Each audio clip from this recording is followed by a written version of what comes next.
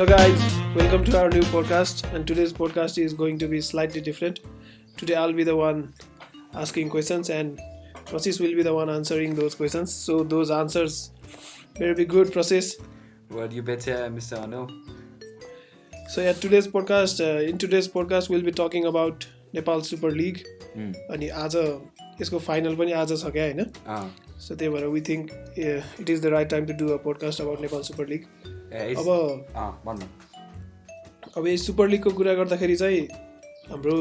अहिलेको recent trend एन्टरटेनमेन्टको trend हेर्दाखेरि चाहिँ नेपालमा डिफ्रेन्ट इन्डियन फ्रेन्चाइजहरू आएको छ नि त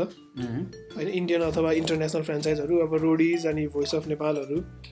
अब यस्तै हाम्रो नेपाल सुपर लिग पनि इन्डियन सुपर लिगको चाहिँ एउटा फ्रेन्चाइज हो र कि आफै independent Well, just I've been doing my research हैन अनि just obviously नेपालमा just international फ्रेन्चाइजहरू आछ हैन like you said, but I don't think यो नेपाल सुपर लिग चाहिँ इन्डियन सुपर लिगबाट इन्स्पायर्ड हो हैन बिकज अब यो तिनीहरूको लिग फर्मेट चाहिँ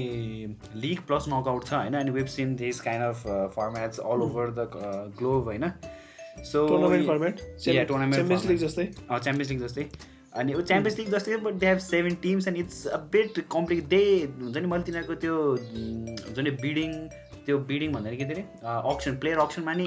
दे सेड कि they agreed on a format which they are going to apply भनेर होइन so I didn't see the whole so but एउटा कुरा चाहिँ I want give kudos to the guys who हुन्छ नि organise all this stuff होइन it was really it seemed professional भनौँ न अहिलेसम्मको हामीले जस्तो नेपालमा लिगहरूको देखिएछ नि they push the bar bit high भनौँ होइन सो अब यो कस्तो टाइममा भयो भने ठ्याक्क टुर्नामेन्ट सुरु हुने बेलामा कोभिडले चाहिँ नेपालमा चाहिँ अब नराम्रोसँग हिट गर्यो नि त एक्ज्याक्टली अब यसले गर्दाखेरि कोभिडले गर्दाखेरि पनि अब यो टुर्नामेन्ट सुरु त भयो कन्टिन्यू भइरहेको छ होइन तर बिजनेसहरूमा त केही इम्प्याक्ट पारेको छ होला अभियसली अब यसबारे can you shed some light on this अब यो नेपाल सुपर लिग स्टार्ट चाहिँ अप्रिल 24बाट भयो होइन अनि टुडे इज फाइनल होइन यो अब लिग भन्दाखेरि नि अब 20-21 दिनमै भइएछ होइन दे विल लिटरली प्लेइङ अब इट्स 20-21 डेज है अनि अब मलाई चाहिँ के लाग्छ भन्दाखेरि चाहिँ I think they intended this league to go bit longer but Covid भइसकेपछि neither the fans could go inside होइन अनि द एक्साइटमेन्ट लेभल प्लेयरलाई पनि रिस्क हुने भयो होइन देयर मेन डिफ्रेन्ट फ्याक्टर्सले गर्दा चाहिँ I think they shorten the league होइन so they finishing it now होइन अनि बरु जस्तो डिस्क्लेमर भन्दा नि जस्तो इन्फो आज चाहिँ धनगढी एफसी भर्सेस काठमाडौँ रेजर्सको फाइनल छ होइन अनि it's going to be at 5:30 I think 10 Dharamshala so if you guys hear this before that time please watch it and it's going to be an interesting match भनौँ so अब यही बीचमै can I get your predictions about the final who's going to win what do you think well Kathmandu razor's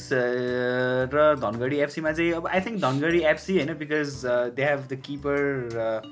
हाम्रो Kiran Chemjong I think Nepal's होइन नेपाल टिमको goalkeeper होइन क्या अनि he is been a really good keeper अनि on the other hand Kathmandu Rayzrs has the most scoring team they are the most scoring team होइन अनि they are top of the levels top of the league as well so well even though final चाहिँ जे खतरै going to be interesting. We have the most number of clean sheets versus highest scorer होइन so we have Ronaldo or Messi versus Neuer or any other goalkeeper that you fancy so yeah it's going to be an interesting matchup today अनि अब जस तैले चाहिँ super league राम्रैसँग follow गरिरहेछस् होइन अब यसमा चाहिँ हाम्रो अहिले अब इन्टरनेसनल फुटबलमा चाहिँ प्ले फ्रम द ब्याकको चाहिँ फिलोसफी चलिरहेछ नि त गेम प्ले अब गेम प्ले हाम्रो नेपालमा चाहिँ त्यही पहिलाको जस्तै भग्राएर भुक्रुक छ कि होइन they are also following the trend I mean well honestly भन्दाखेरि चाहिँ इट्स अ मिक्स्ड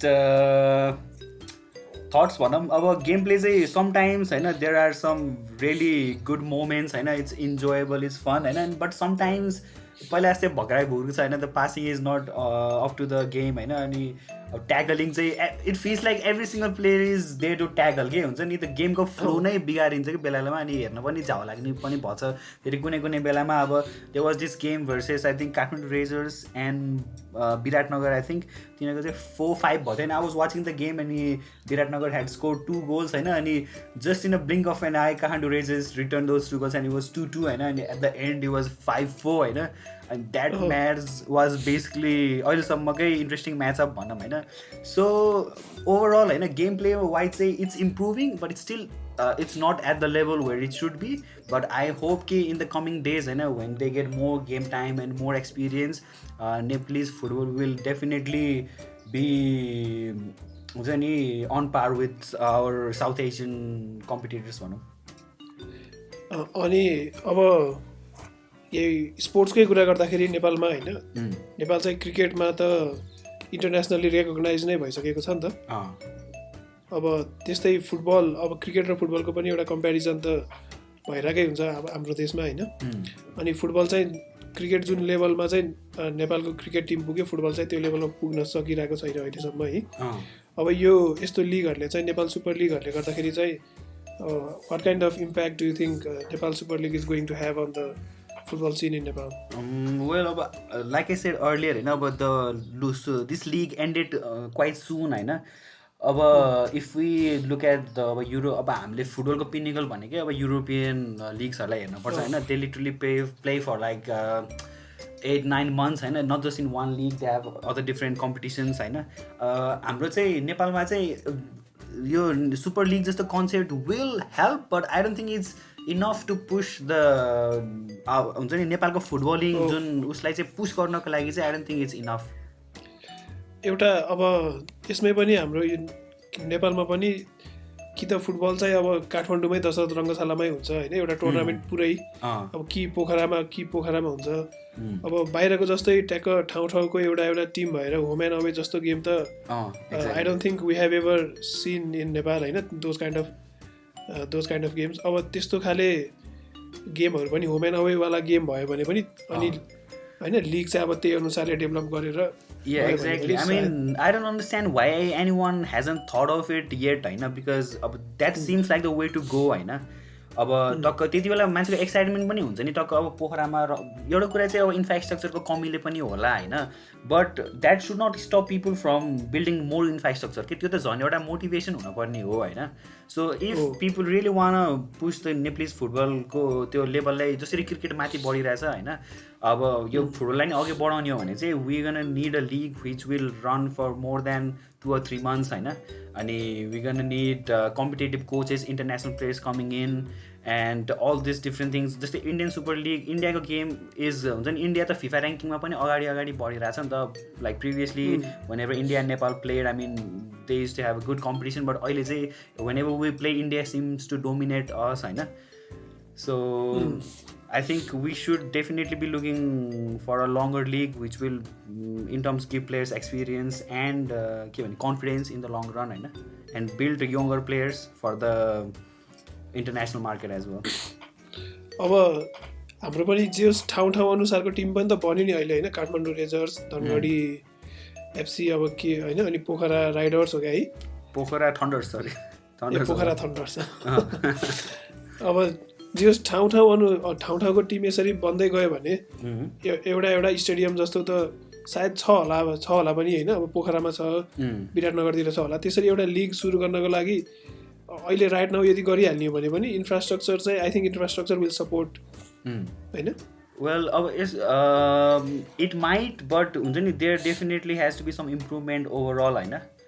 सो अनि जस्तो अघिको मैले एउटा पोइन्टमा चाहिँ अब हाम्रो टप स्कोरर्सको लिस्ट हेर्ने हो भने पनि we have 3 players that are हुन्छ नि इन्टरनेसनल प्लेयर्स के सो